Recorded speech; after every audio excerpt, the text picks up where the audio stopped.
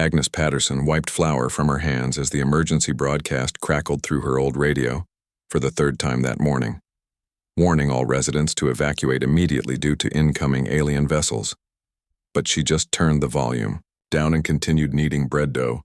Her weathered fingers worked the dough with practiced ease while outside her kitchen window, she could see her neighbors loading trucks with whatever belongings they could carry, their faces tight with fear as they prepared to flee to the government shelters 200 miles away. 73 years on this farm, and nobody is going to chase me off now, Agnes muttered to herself, glancing at the framed photo of her late husband Robert on the windowsill, remembering how he used to say that running from problems never solved anything. The Galactic Council's warnings had been broadcasting for weeks about something called Dracorians approaching Earth, massive creatures that had supposedly destroyed mining colonies in distant star systems. But Agnes had lived through the Zephyrian invasion of 2387 and the Crystal Storm attacks of 2391, and she was still standing. She placed the shaped loaves into her wood-burning oven, the same one Robert had built for her 40 years ago, and walked outside to check on her vegetable garden where tomatoes hung heavy on the vine, and her prized roses bloomed in defiant colors against the increasingly gray sky.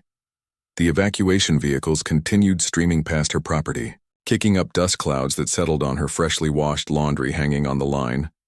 But Agnes simply gathered the clothes and went back inside, refusing to let panic dictate her choices.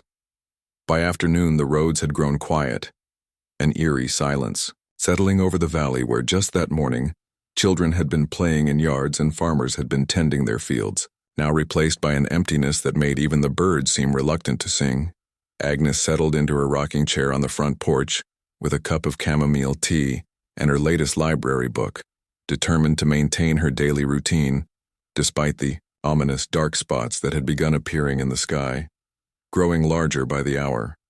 The spots resolved into massive shapes as evening approached, ships so enormous they blocked out entire sections of stars, their hulls gleaming with an otherworldly light that cast strange shadows across her property. When the first thunderous roar echoed across the valley, Agnes finally felt a tremor of uncertainty run through her bones, but she gripped the armrests of her chair tighter and reminded herself that she had nowhere else to go anyway. This farm being all she had left in the world, the roar came again, closer this time, followed by what sounded like wind rushing through mountain passes, though no mountains existed for hundreds of miles in any direction. Agnes rose from her chair and walked to the edge of her porch, watching as creatures larger than the old oak trees in her backyard descended from the ships, their wings creating downdrafts that bent her cornstalks nearly to the ground.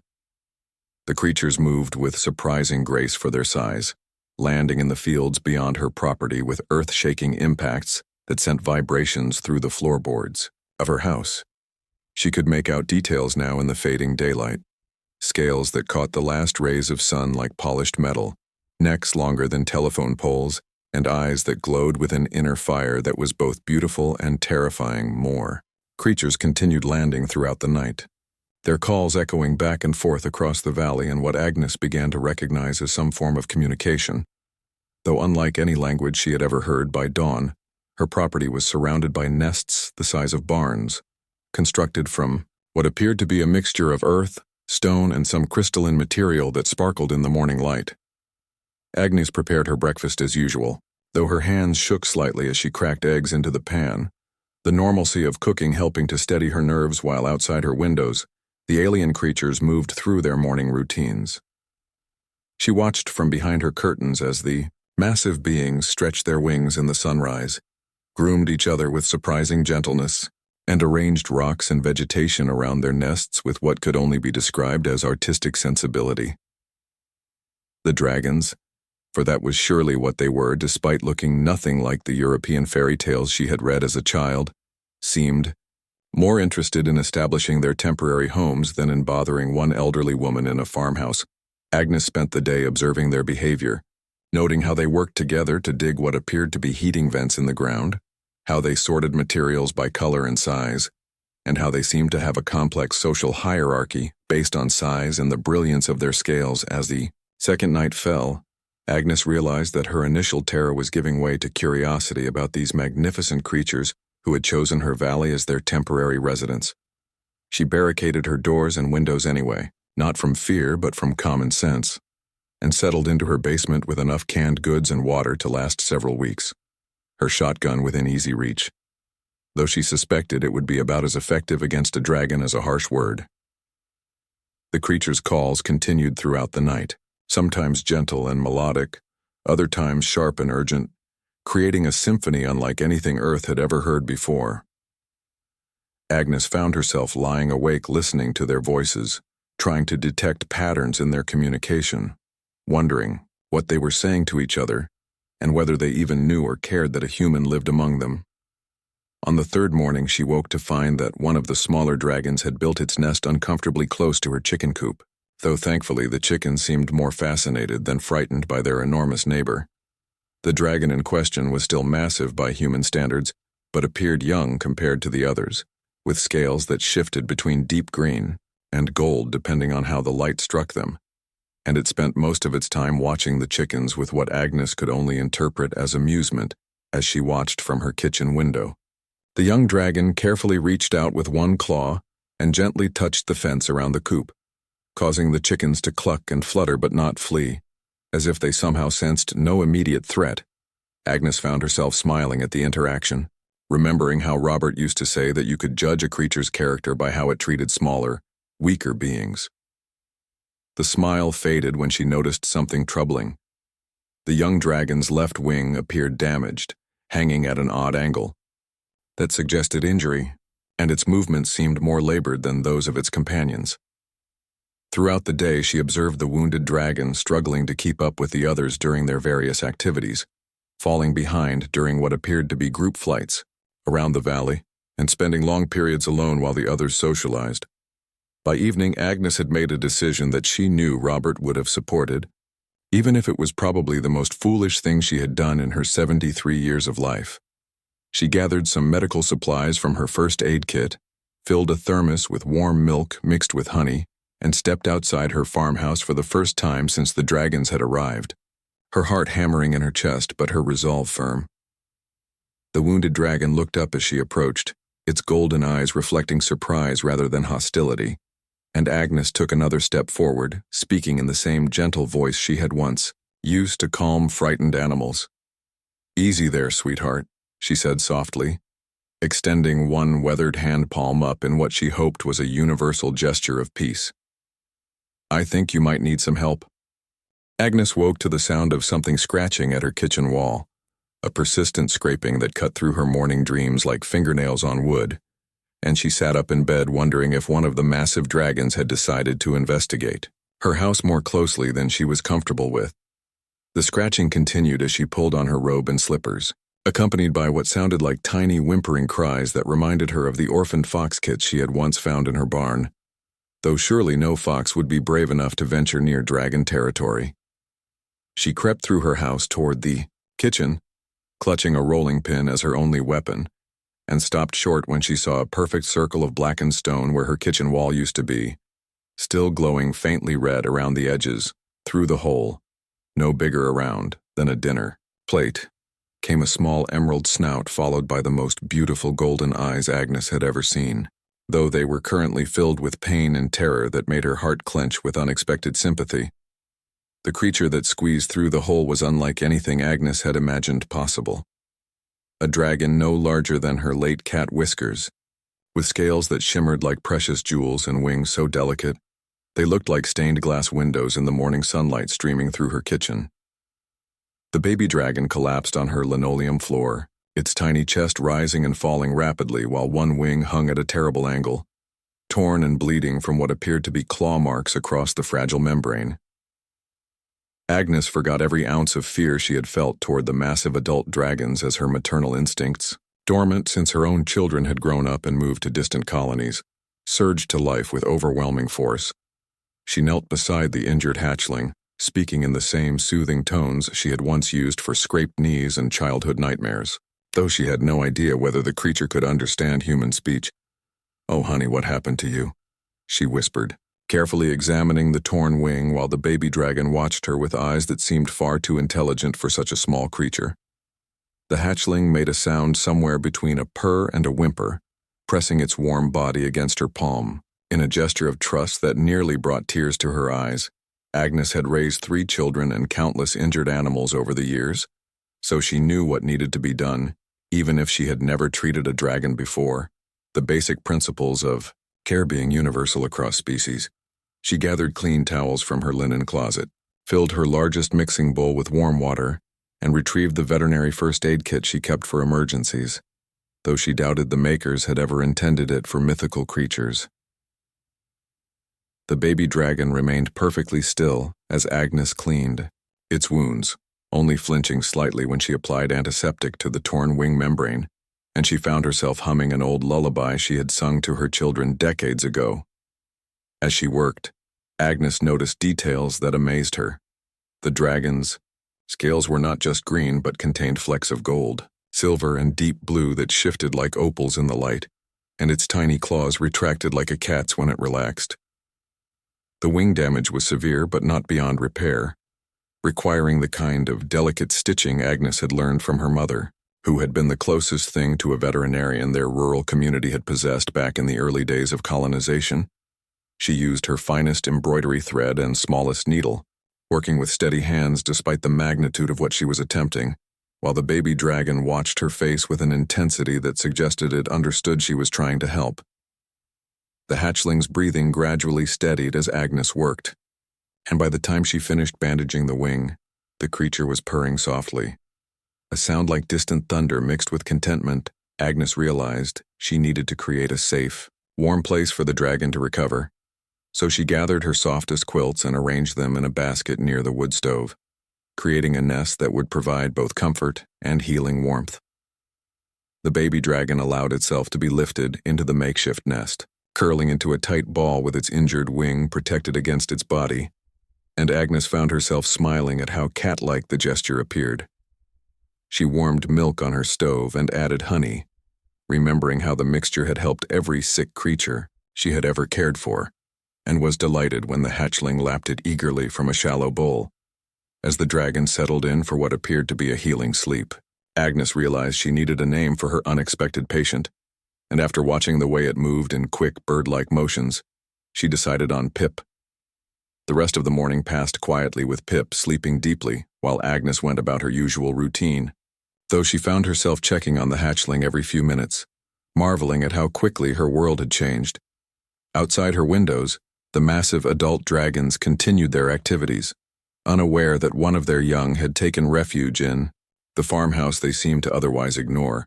Agnes prepared lunch for herself and warmed more milk for Pip, who woke long enough to drink before settling back into exhausted sleep, the healing process clearly taking tremendous energy.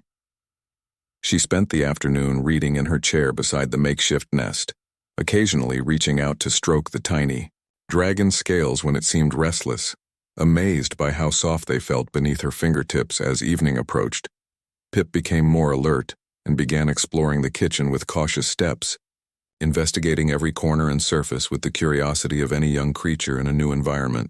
Agnes watched in fascination as the hatchling examined her appliances, apparently trying to understand their purpose, and she could swear she saw recognition in those golden eyes when Pip looked at the wood stove. The baby dragon approached the stove and made a tiny sound, almost like a question, then opened its mouth and produced a flame no bigger than a match, seeming pleased when Agnes praised the demonstration. "Well, aren't you clever?" Agnes said, and she could have sworn Pip preened at the compliment, fluffing its scales in what appeared to be pride. As night fell, Agnes faced a decision about sleeping arrangements, unsure whether it was safe to leave Pip alone downstairs or wise to bring a dragon, however small, into her bedroom.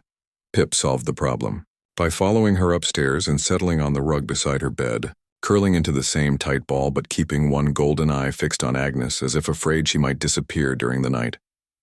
Agnes lay in bed listening to Pip's soft breathing and the distant calls of the adult dragons outside, wondering what she had gotten herself into and whether she was making a terrible mistake. But when Pip whimpered softly in what appeared to be a nightmare, and calmed only when Agnes reached down to gently stroke its scales, she knew that, mistake or not, she was completely committed to helping this remarkable creature heal. The last thing Agnes remembered before drifting off to sleep was Pip's contented purr and the warm feeling that she had found a purpose she hadn't realized she was missing, caring for someone who needed her as much as she apparently needed them.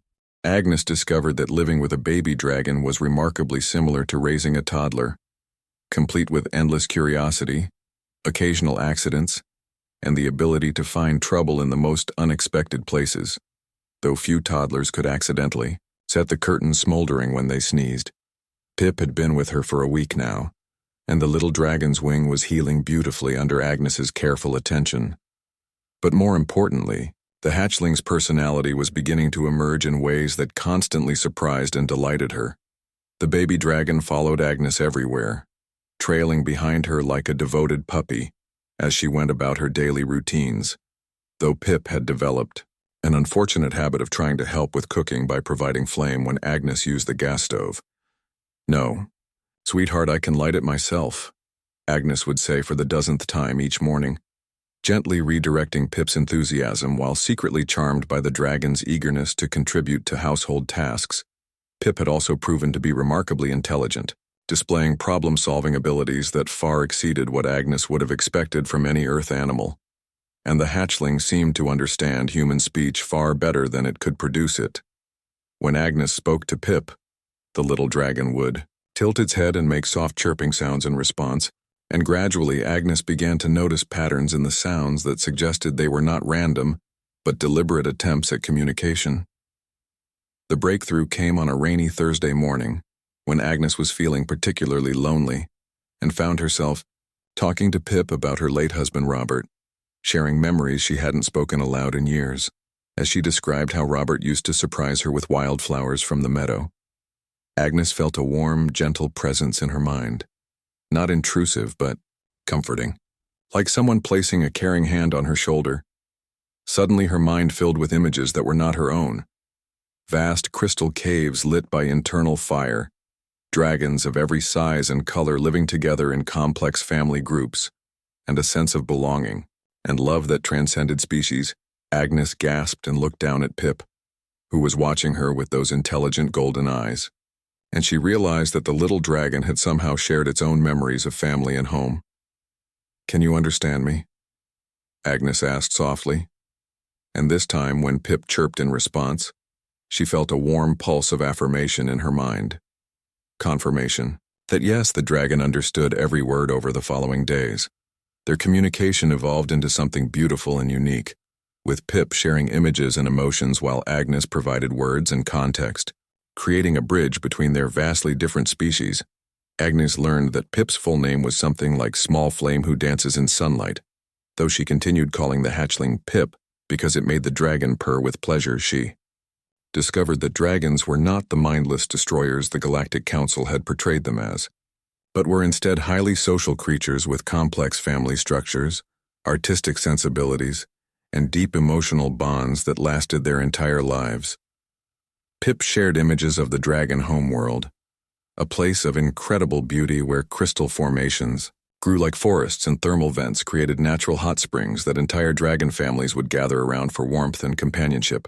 Agnes began to understand that the dragons had not come to Earth to conquer or destroy, but were following ancient migration routes through space, seeking worlds with specific mineral compositions necessary for their reproductive cycle. The dragon ships were not warships, but family vessels, carrying entire communities of dragons who were simply looking for a safe place to lay their eggs and raise their young, before continuing their eternal journey through the stars.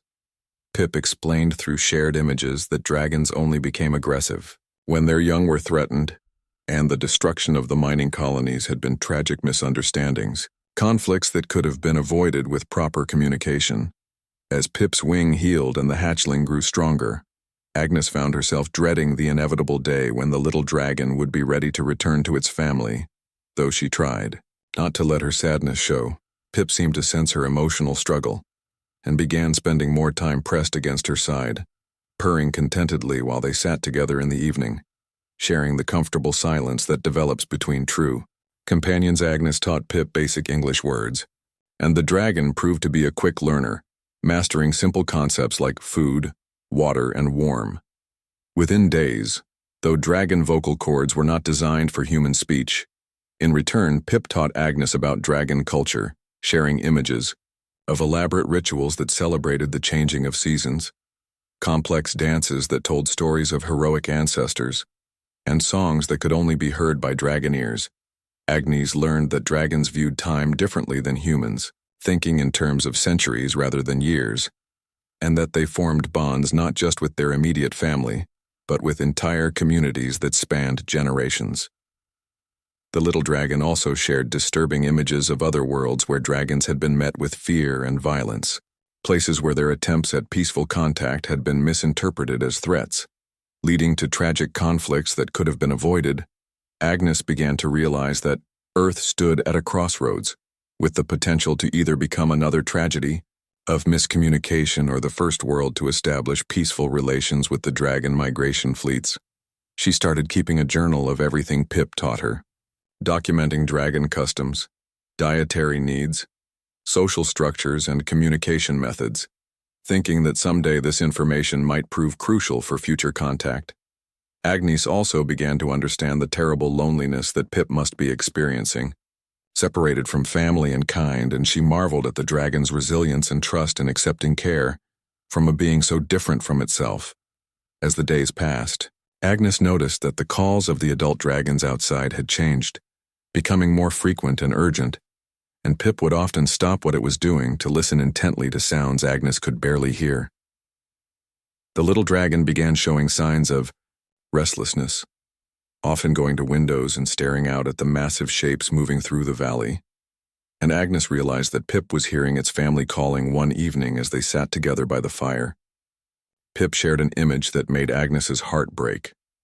Two enormous dragons, clearly distressed, searching desperately through the nesting grounds while calling out with voices full of grief. Agnes understood immediately that these were Pip's parents, and that their increasing agitation was not territorial aggression, but the desperate search of parents who had lost their child. She looked down at the little dragon curled trustingly against her side and realized that she faced an impossible choice between her own happiness and doing what was right for both Pip and the dragon family. As if sensing her thoughts, Pip looked up at her with those wise golden eyes and sent a pulse of pure love and gratitude, followed by an image of dragons and humans working together, suggesting that their friendship might be just the beginning of something much larger. Agnes smiled through her tears and stroked Pip's scales gently, knowing that tomorrow would bring the hardest decision of her life, but also understanding that some acts of love require the courage to let go. The sound that woke Agnes from restless sleep was unlike anything she had heard in 2 weeks of living among dragons, a cry so filled with anguish and desperation that it seemed to pierce straight through her heart and into her soul. Pip was already awake beside her, trembling with what Agnes recognized as both excitement and fear. The little dragon's scales, flickering between their usual emerald and a deep blue that Agnes had learned, indicated strong emotion. Agnes stumbled to her bedroom window and peered out into the pre-dawn darkness, where she could see the massive silhouette of an adult dragon standing at the edge of her property, its great head raised toward the sky as it released another heartbreaking call. The sound echoed across the valley and was answered by other voices, creating a symphony of grief that made Agnes understand with sudden, terrible clarity that these were not territorial displays or hunting calls, but the cries of parents searching for their lost child. Pip pressed against her leg and shared an image that confirmed her worst fears. The same 2 dragons from the previous evening, now gaunt and exhausted from days of searching, refusing to eat or rest while their baby remained missing. Agnes knelt beside Pip and felt her heart breaking as she finally understood the full scope of what had been happening outside her cozy farmhouse while she had been falling in love with the little dragon. "That's your mama and papa out there, isn't it, sweetheart?" she whispered, and Pip's confirming chirp was filled with such longing that Agnes had to fight back tears. Through their growing mental connection, Agnes could sense Pip's internal struggle between the safety and love it had found with her and the desperate need to reunite with its birth family. The little dragon shared images of what Agnes could only interpret as dragon family bonds, connections that went deeper than simple affection, weaving together multiple generations in networks of love and responsibility that sustained their entire species. Agnes realized that by keeping Pip safe and hidden, She had unknowingly caused suffering to creatures whose emotional depth rivaled or exceeded that of humans. She spent the morning watching from her windows as more adult dragons joined the search, their methodical investigation of every cave, crevice, and structure in the valley revealing a level of organization and intelligence that shattered any remaining illusions about dragons being simple animals. The dragons worked in coordinated teams, communicating through complex vocalizations and what appeared to be telepathic connections, covering ground with systematic efficiency, while never straying far enough from the nesting area to leave their other young, unprotected. Agnes observed one particularly heart-wrenching scene where a massive, female dragon who could only be Pip's mother based on the similarities in coloring, collapsed from exhaustion near the stream that ran through Agnes's property. The other dragons immediately surrounded the grieving mother, offering comfort through gentle touches and soft croons. But Agnes could see that their efforts provided little relief from the anguish of losing a child. Pip became increasingly agitated as the day wore on, pacing restlessly through the house and occasionally going to windows to stare out at the searching dragons with obvious conflict written in every line of its small body. Agnes knew she was watching a little being torn between two loves, and she realized that her own selfish desire to keep Pip was causing pain to everyone involved, including the dragon she claimed to care about. The breakthrough came when Pip approached her with determined steps and began sharing a complex series of images that took Agnes several minutes to fully understand. The little dragon showed her memories of its hatching, surrounded by loving family members who celebrated its arrival with elaborate ceremonies and songs, followed by images of learning to fly under the careful supervision of older siblings. Pip shared the terror and pain of being separated from its clutch during what appeared to be a territorial dispute between two adult males, the confusion of finding itself alone and injured in an unfamiliar place. But then came images of Agnes finding Pip, caring for its wounds, providing warmth and food, and comfort when the little dragon had been certain it would die alone and forgotten. The final image nearly broke Agnes's heart. Pip as an adult dragon, flying alongside its family while carrying happy memories of the human grandmother who had saved its life. Agnes understood that Pip was trying to tell her that their bond would endure regardless of physical separation, that love given freely creates connections that transcend distance and time. "You need to go home, don't you, baby?" Agnes said softly, and Pip's response was a mixture of sadness and relief, grateful that she understood while mourning their inevitable separation. Agnes spent the afternoon preparing for what she knew would be the hardest thing she had ever done, gathering supplies and working up the courage to walk into a valley full of massive, potentially dangerous creatures. She dressed in her best Sunday clothes, reasoning that if she was going to meet dragon royalty, she should look presentable, and filled her largest basket with offerings of milk, honey, and fresh bread. Pip watched her preparations with growing excitement, the little dragon's scales brightening to their most brilliant emerald as it began to sense that reunion with its family was finally possible. As the sun began to set, casting long shadows across the valley, Agnes picked up Pip with trembling hands and walked toward her front door, each step feeling like it might be her last. "Come on then, sweetheart," she said, her voice steady despite the fear and heartbreak warring in her chest. "Let's get you back where you belong." The moment Agnes stepped outside with Pip in her arms, every dragon in the valley stopped what it was doing and turned toward them, creating a silence so complete that Agnes could hear her own heartbeat. Pip chirped once, a sound that carried clearly across the still air, and the response was immediate and overwhelming. Dozens of dragon voices raised in what could only be described as joy and relief. The largest female dragon, clearly Pip's mother, took a step toward them and then stopped, as if afraid that moving too quickly might somehow cause her baby to disappear again. Agnes walked slowly across her property toward the gathered dragons, her legs shaking with each step but her resolve growing stronger as she saw the hope beginning to replace despair in the massive creature's eyes. When she was still 20 feet away, Agnes gently set Pip down on the ground and stepped back, giving the little dragon permission to choose its own path home. Pip looked back at her once, sending a pulse of pure love and gratitude through their mental connection, before running toward its parents on legs that had grown remarkably strong during its time in her care. The reunion that followed would remain burned in Agnes's memory, for the rest of her life.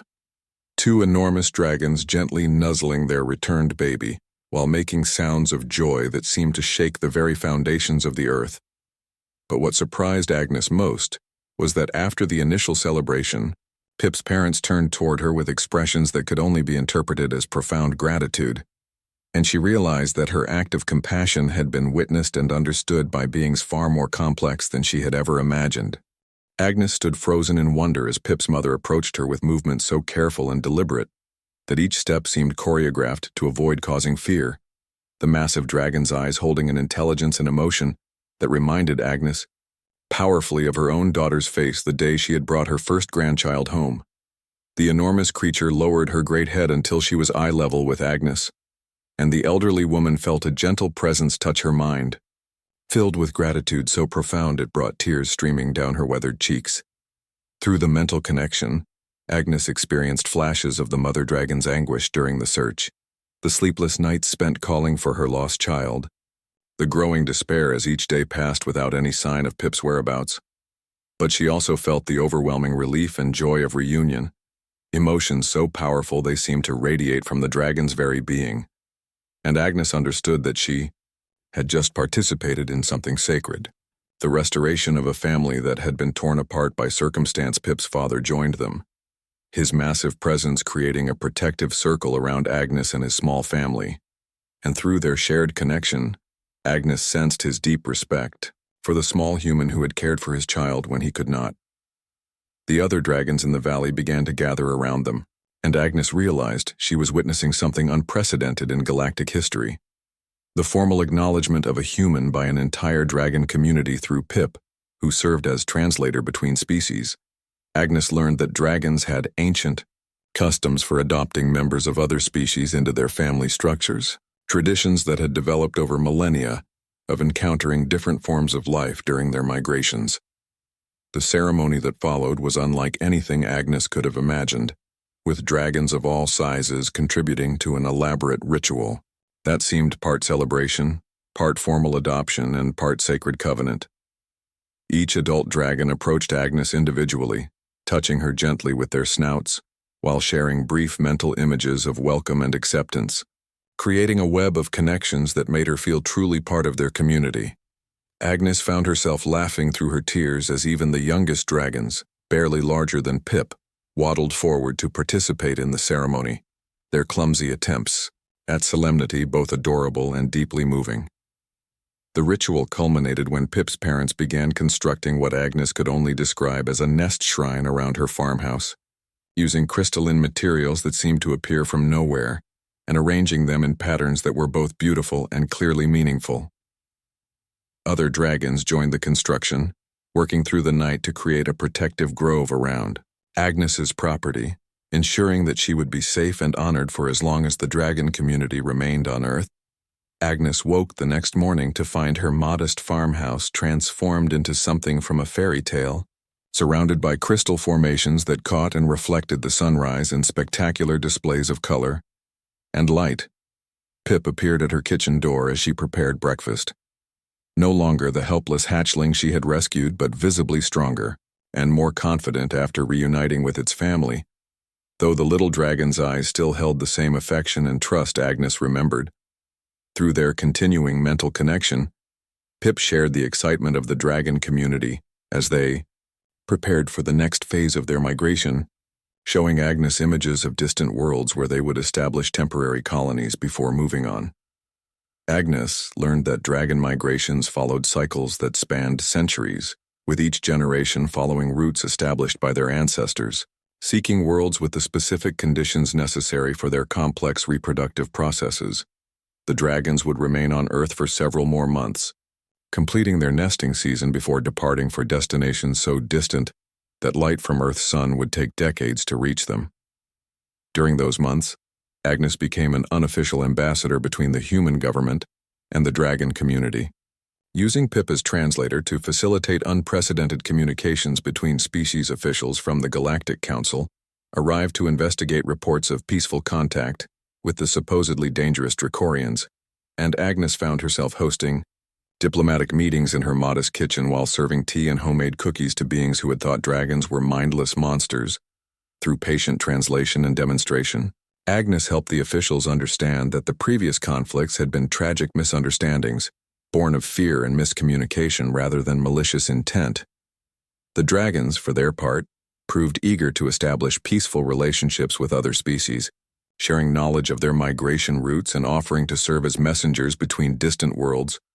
Agnes documented everything she learned about dragon culture, customs, and technology, creating the foundation for what would eventually become the interspecies communication protocols that governed peaceful contact between different civilizations. As the months passed and the time for departure approached, Agnes tried to prepare herself for saying goodbye to Pip and the dragon community that had become like family to her. But Pip had other plans, sharing images that showed Agnes that their bond had created something new in dragon culture. The first, permanent human-dragon friendship in recorded history.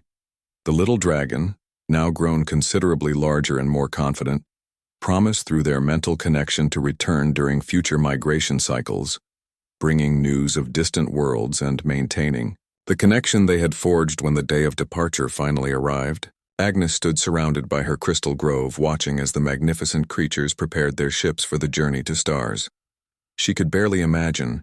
Pip's goodbye was not sad but celebratory, filled with promises of return and images of the wonders the young dragon would see during its travels. Adventures that Agnes would experience secondhand through their enduring connection.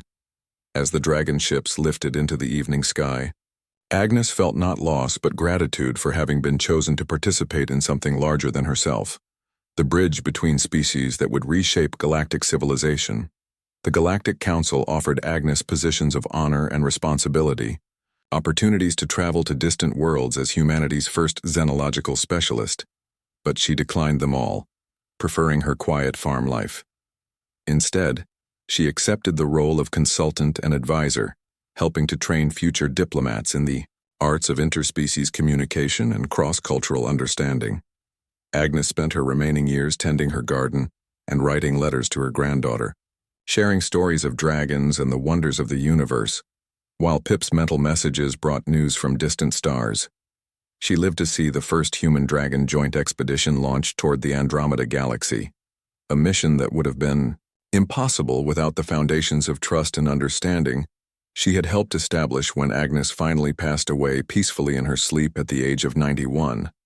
Dragons from across the galaxy gathered to honor the human grandmother, whose capacity for love had changed the course of interstellar relations. Her farmhouse became a monument to the power of individual compassion to bridge even the vastest differences between species, and her story was told on 1,000 worlds as an example of humanity's greatest strength. Pip, now an elder dragon with children of its own, continued to visit Earth during each migration cycle, maintaining the tradition Agnes had started and ensuring that the bonds between their species would endure for generations to come. The crystal grove around Agnes's farmhouse still stands today, a testament to the truth that sometimes the most important diplomatic breakthroughs happen not in government halls or corporate boardrooms, but in the kitchen of a stubborn grandmother who saw a hurt baby and chose to help.